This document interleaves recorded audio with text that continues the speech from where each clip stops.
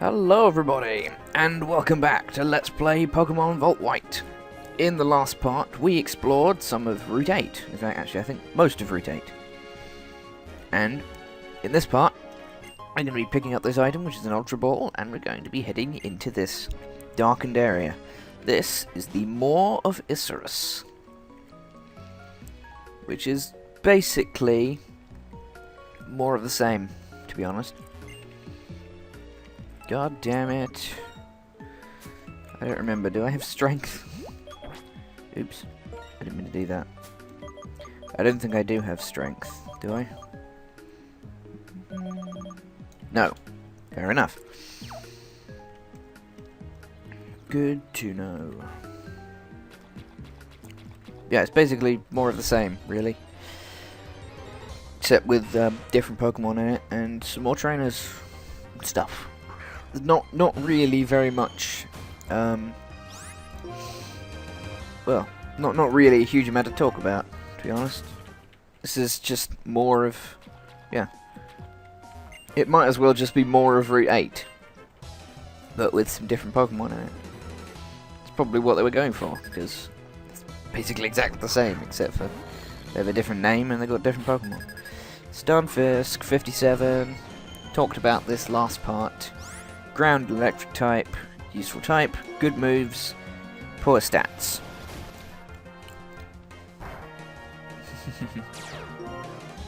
What? Whoa, whoa, whoa, whoa. How come flying type is resisted?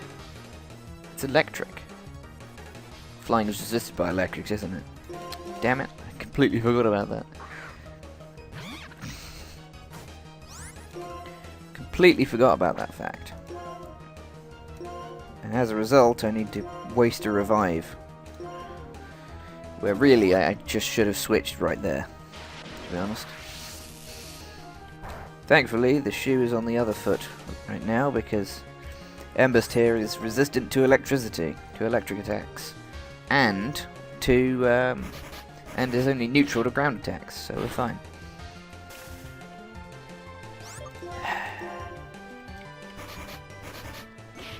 Damn you, paralysis, come on.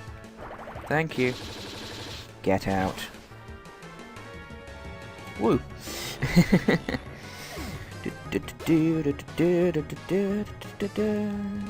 Seeking is pure water type. It's not. Whatever.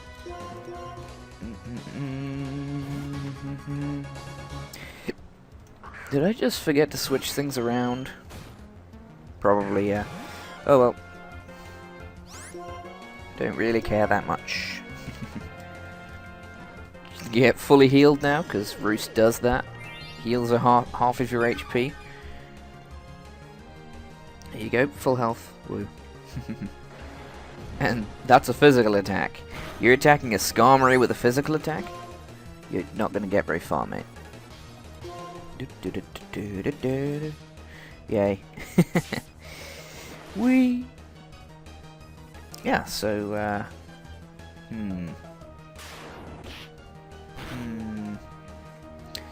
grasping for things to talk about. Once again, I'm good at this, aren't I? Good at this Let's Playing thing. It's great.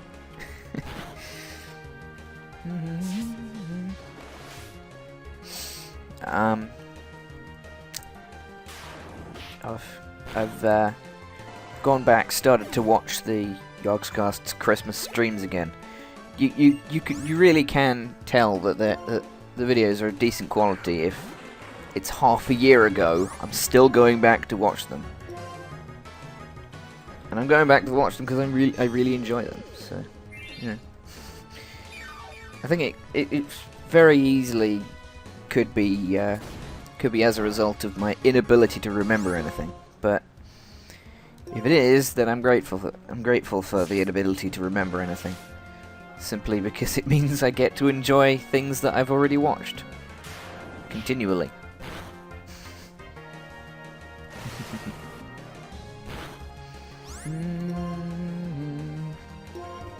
You are not getting through this wall.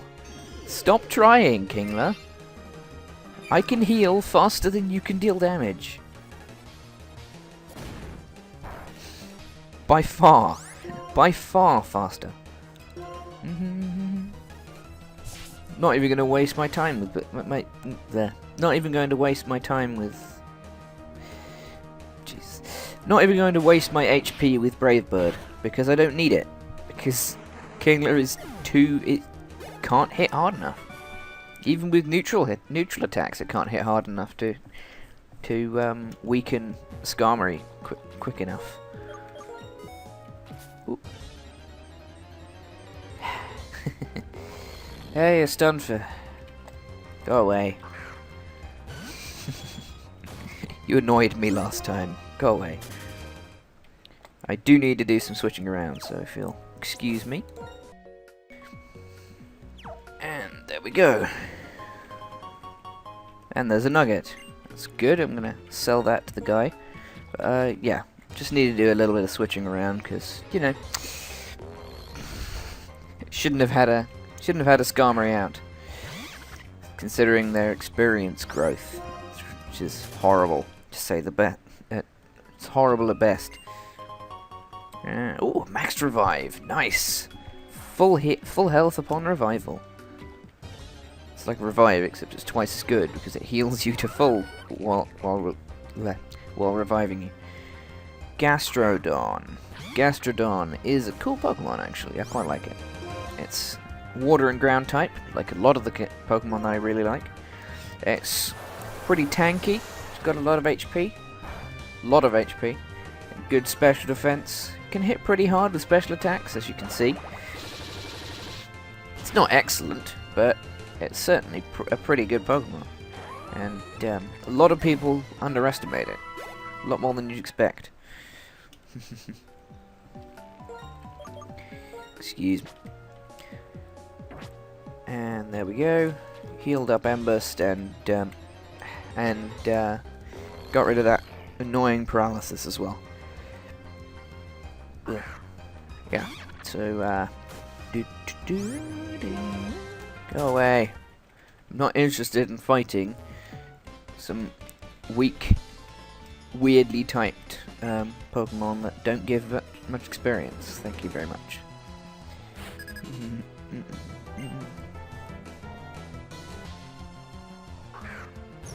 Lilligant. Lilligant is a good Pokemon. It's pure grass type, and isn't that versatile, moveset wise. It's not got a huge amount of versatility in its moveset. However, it doesn't matter. It doesn't need it because Lilligant's moveset has just the right things for it. It has Giga Drain in it. It has Petal Dance, Sleep Powder, and Quiver Dance.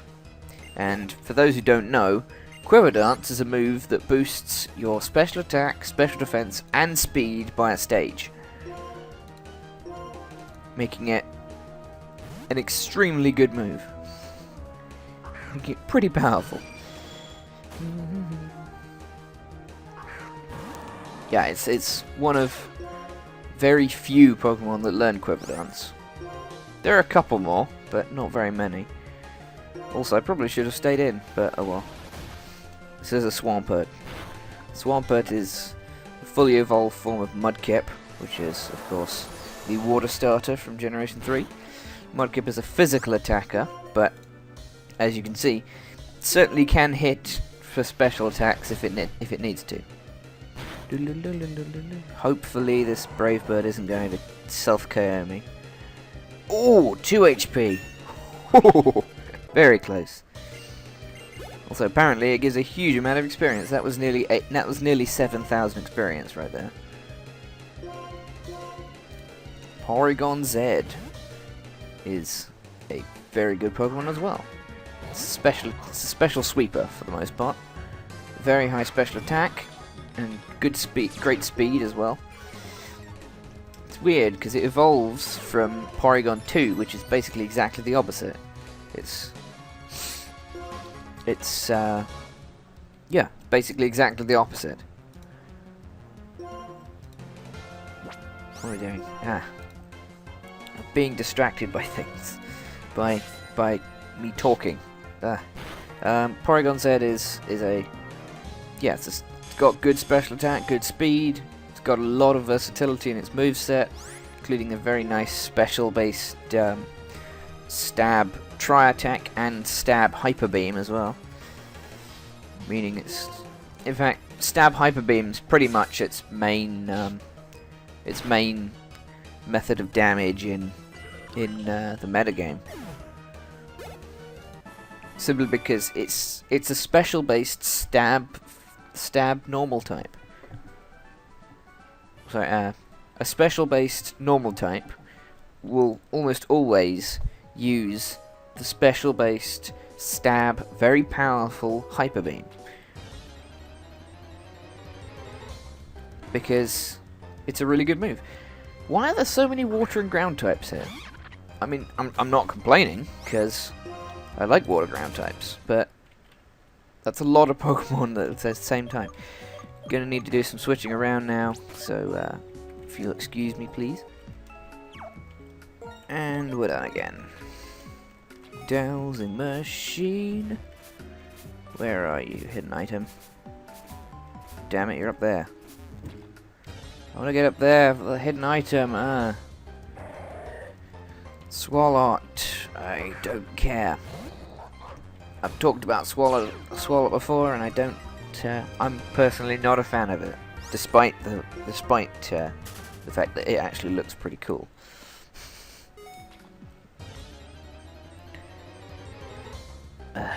Come on! Toxicroak is a Pokemon I've already talked about, I think, as well. But I might as well talk about it again, seeing as I can't think of anything else to talk about. Poison fighting type. With high-ish attack. I don't really know very much about it, actually. So, other than I know it has dry skin for one of its abilities. Meaning that it can regen HP in rain.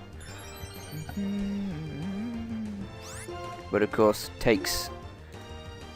will take residual damage in sun.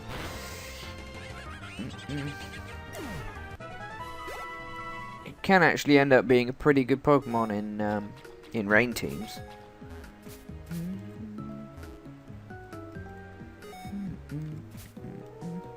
I want to go over that way, but I don't have strength yet. Oh well. There's a revive there. Nice. Revive is cool. Revives are good. What am I doing? Stop subjecting myself to this. And a max potion?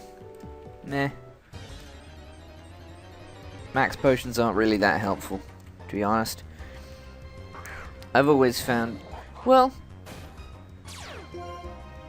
in this hack, they can be very helpful because, but in the main game, max potions are almost always not worth the money that they cost, to be honest. I mean, in the main game of most Pokemon games, your Pokemon aren't very likely to get over level 60 or so unless you're using a smaller team. Most people will use a team of between 4 and 6, and their levels are going to be around the 50 mark for the most part, between 50 and 60. For a say a 1 or 2 Pokemon run, you're going to get higher. But the point I'm making here is most Pokemon teams won't have Pokemon with more than 200 HP in their parties, because most of them don't get that higher level in even just before the Elite Four, for the most part. There are some games where leveling to 60 or so is required for you to be able to survive the Elite Four. In this game, max potions still aren't that great, because because max potions cost 2,500 money, 2,500 Poké Dollars, and full restores, which are basically max potions and full heals all in one, are 3,000. You might as well just buy full restores.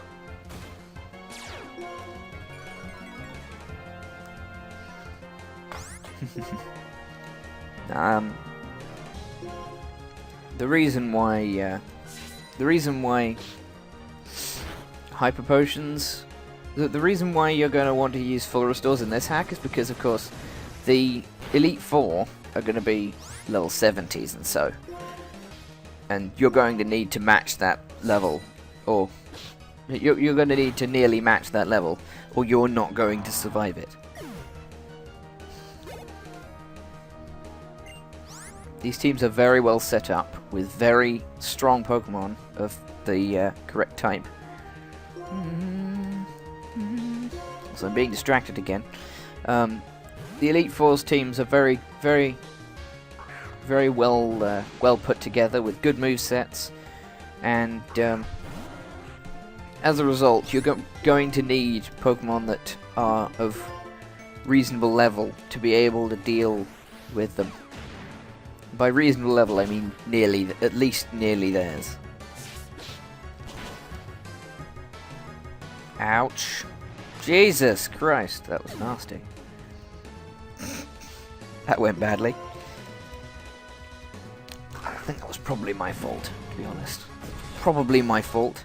I mean, who decides to keep in... Who in their right mind decides to keep in an Alakazam on an Umbreon?